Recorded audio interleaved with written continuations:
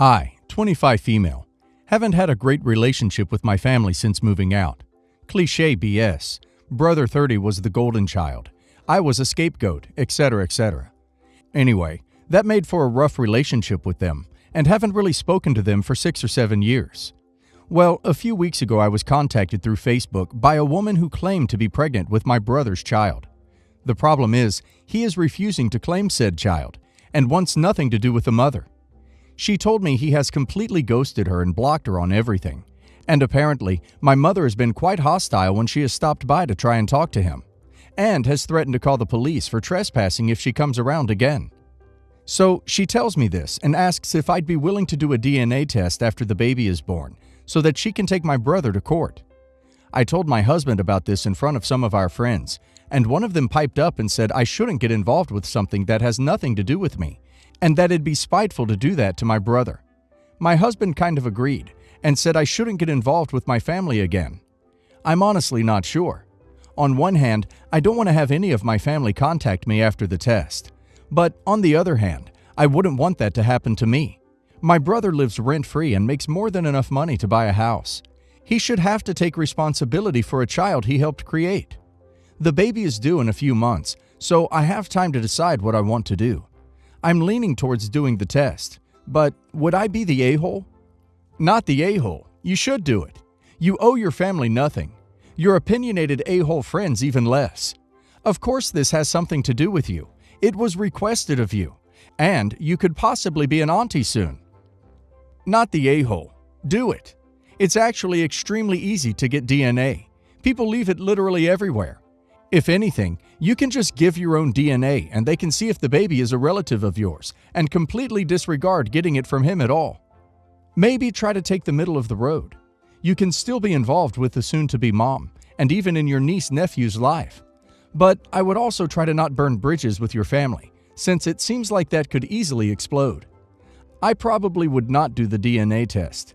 While I think the intention there is good, that's something you can undo, and your family would then place blame on you, further scapegoating you for his mistake, and something that's technically not your responsibility. Update. Explanation.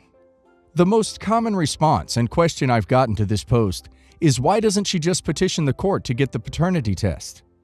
I live in a not-so-well-off area, and this exact scenario happens all the time. The lawyers she'd be able to get have hundreds of these cases, and it will take years for her to have her day in court. She wants to have some shred of evidence to prove that my brother could be the father, so that it's more likely a good lawyer will take a look at her case, or that my family will see that he is the father and come to some type of arrangement with her. Small update. My birth giver decided to try and threaten me last night. Somehow she found out that, let's call her Eve, not her real name, contacted me to ask about DNA, and let's just say that birth giver was not happy.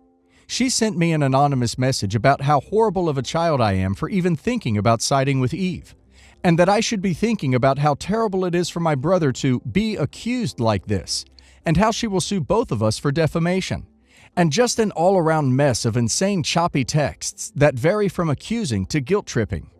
I am not replying, but I am keeping records for court, and I'll probably get a new number. But that's what I'm dealing with at the moment. I will update as things progress. My brother-in-law and sister-in-law, hubby's brother and wife, have always had a problem of keeping up with the Joneses, so to speak. Nobody can ever have anything better or newer than them. While it's never really bothered any of us, it's just something that is there and has become a family joke. They do this to everyone, and have even done it to hubby and myself. Up to a certain point, this has never been a problem. But, well, times have changed, and now that has caught up with him. He told me that brother-in-law called and asked for money because they are pretty behind on house and car payments, and they were about to start losing things to repossession. I asked how this was possible when they are still doing all the things they have been doing. He said they never recovered from last year when they lost their jobs and took lower-paying positions, and they never did anything to accommodate their new salaries. We have the money to help them out, but it would have meant that we would have had to put off some things that we had planned for 2021. Hubby said that something didn't feel right, and he called his brother to ask them to send over all their bills, expenses, and pay stubs, so that we could look at it and see what we could do to help, which they did reluctantly. I ran the numbers 4 different ways, And no matter how I ran it, there was no way for me to be able to find out how they could pull out of this, and in all honesty, they were very much bankrupt. The long story short of it is that they are filing bankruptcy next month and will be moving in with us. Brother-in-law, sister-in-law, and 3 kids. Our house will be maxed out. Here is where I might be the a-hole. In order to maintain their appearance, hubby and I are the only ones who know.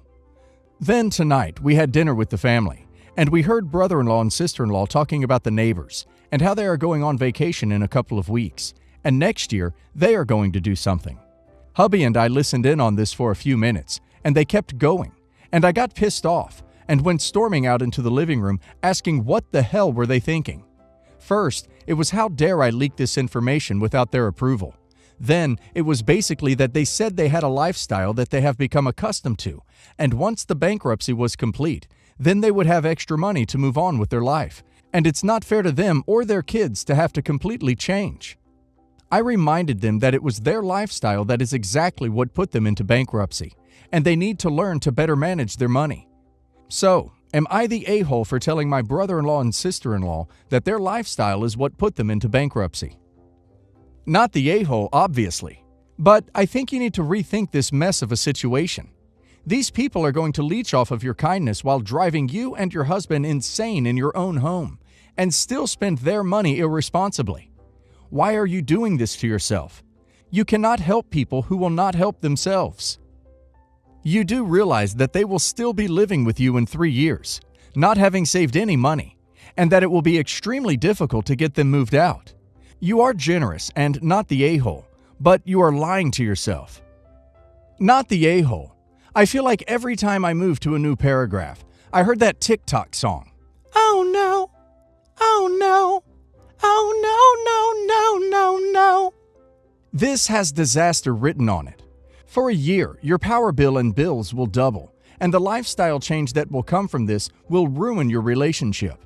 You need to tell them to find a small place to rent and a cheap second-hand car. They might not ever be able to get a mortgage again, so they might as well get used to it. Edit.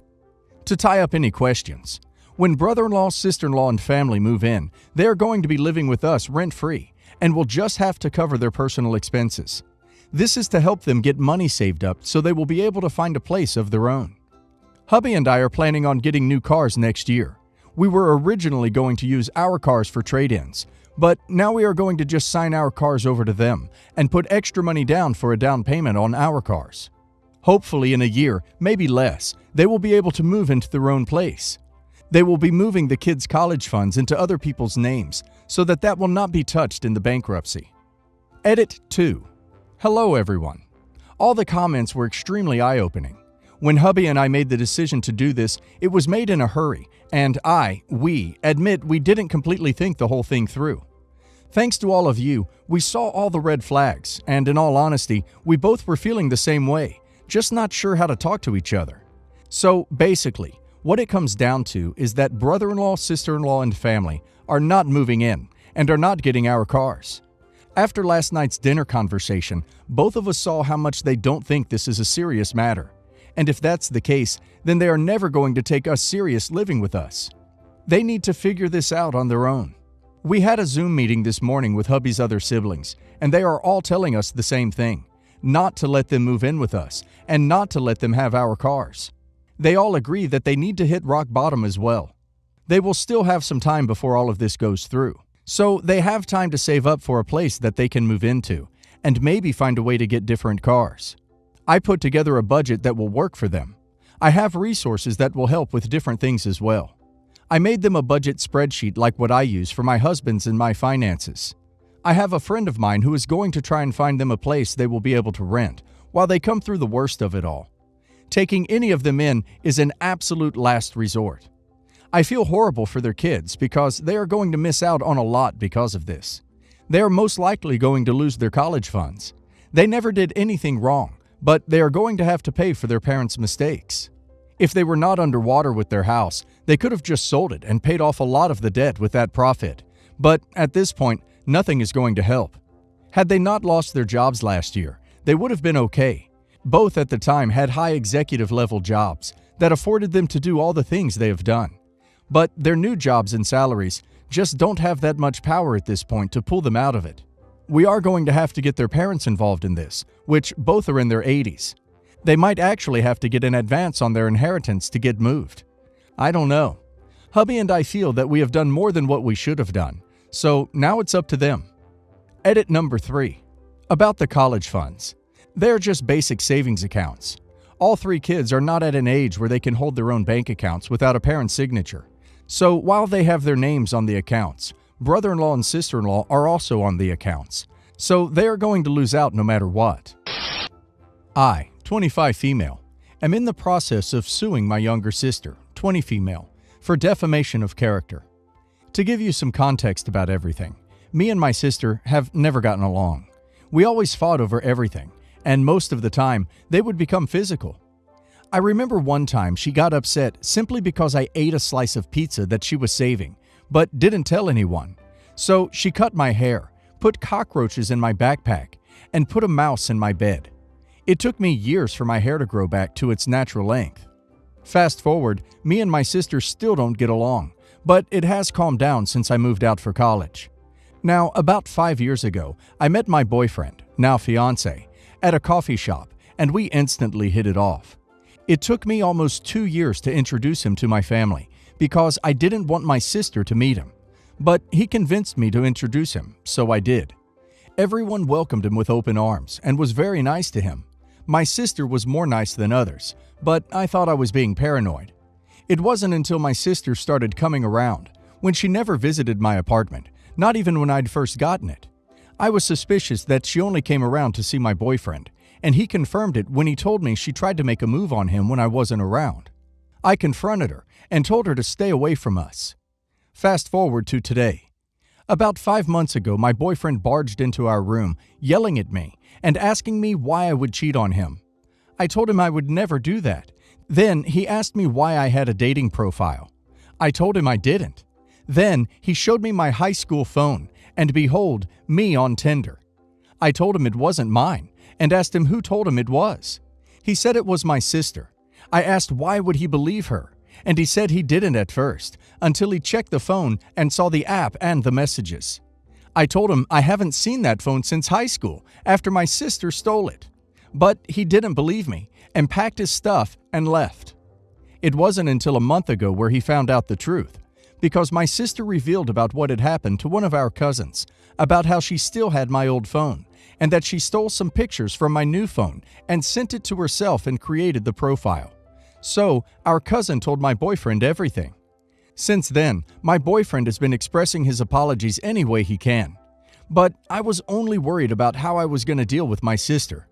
I didn't know what I was going to do until my coworker gave me the idea of suing her. I was hesitant at first, but gave in to the idea and sued her. No one knew I was doing it except my boyfriend, and he supported the idea 100%. It wasn't until they served her with the papers that everything blew up. My parents called and begged me to drop the lawsuit. Some friends even said I took it too far. A couple of family members are on my side, but a couple are saying I'm an a-hole for suing my sister. Now, I'm wondering if I really did take it too far by suing her.